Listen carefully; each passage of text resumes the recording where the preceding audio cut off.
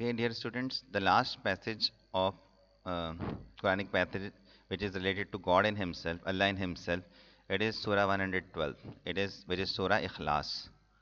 ठीक है, जो कि कुरान शरीफ की थर्ड लास्ट सूरत है. ठीक है, थर्ड लास्ट चैप्टर है उसका, इखलास. ठीक है, इखलास मीन्स प्योरिटी.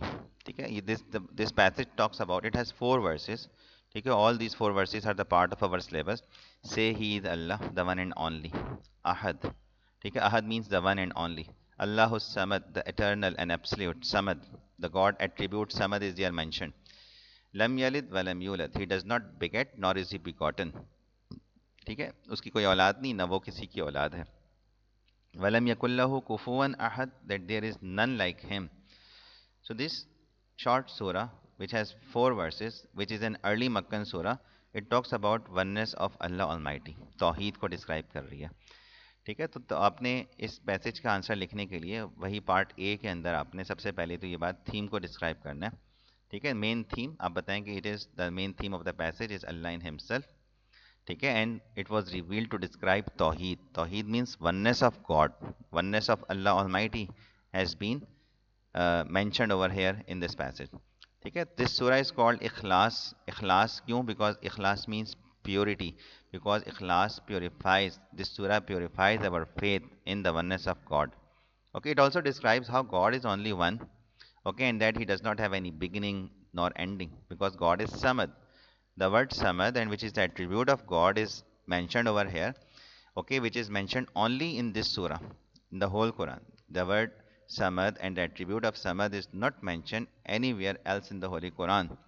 पूरे कुरान में अल्लाह ताला की जो समद की एट्रीब्यूट है वो यहाँ पे सूरह इखलास में हमें नज़र आती है. समद का मतलब होता है कि the one who is independent and the one who is not dependent on any other thing or any other being for his survival or his existence.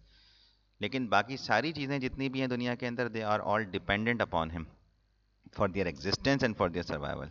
God is Samad. ठीक है, वो बेनियाज है, उसको किसी की ज़रूरत नहीं है, बल्कि बाकी सारी जितनी भी चीज़ें उनको वो उसके ऊपर डिपेंडेंट हैं. तो सूरह शो दिस सूरह which shows his independence from everything and rest of the things are all dependent on him. So God has no partners or family. God does not have anyone to share his authority, nor any children. सूरह अनाम को यहाँ पे अब as a cross reference mention करें. सूरह अनाम में भी हमने ये बात पढ़ी थी कि how he can have a son when he has no कॉन्सोर्ट.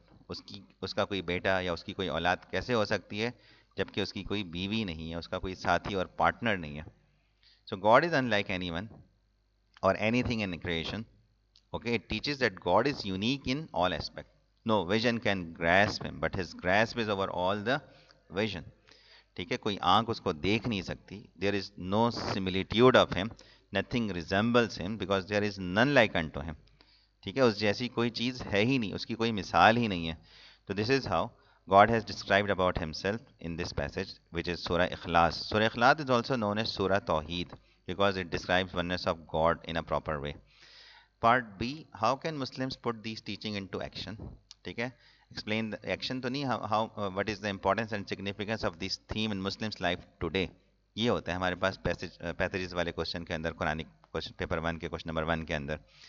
तो उसकी इंपॉर्टेंस और उसकी significance for the Muslims today क्या है? Theme of this passage purifies Muslims believe in तौहीद. ठीक है, हमारा फेथ स्ट्रेंथन हो रहा है, हमारा जो है अल्लाह ताला के बारे में जो बिलीव है वो प्योरीफाई हो रहा है. Oneness of Allah has been stressed so that people do not take other people or created things as their Lord, जैसे सूरज चांद वगैरह.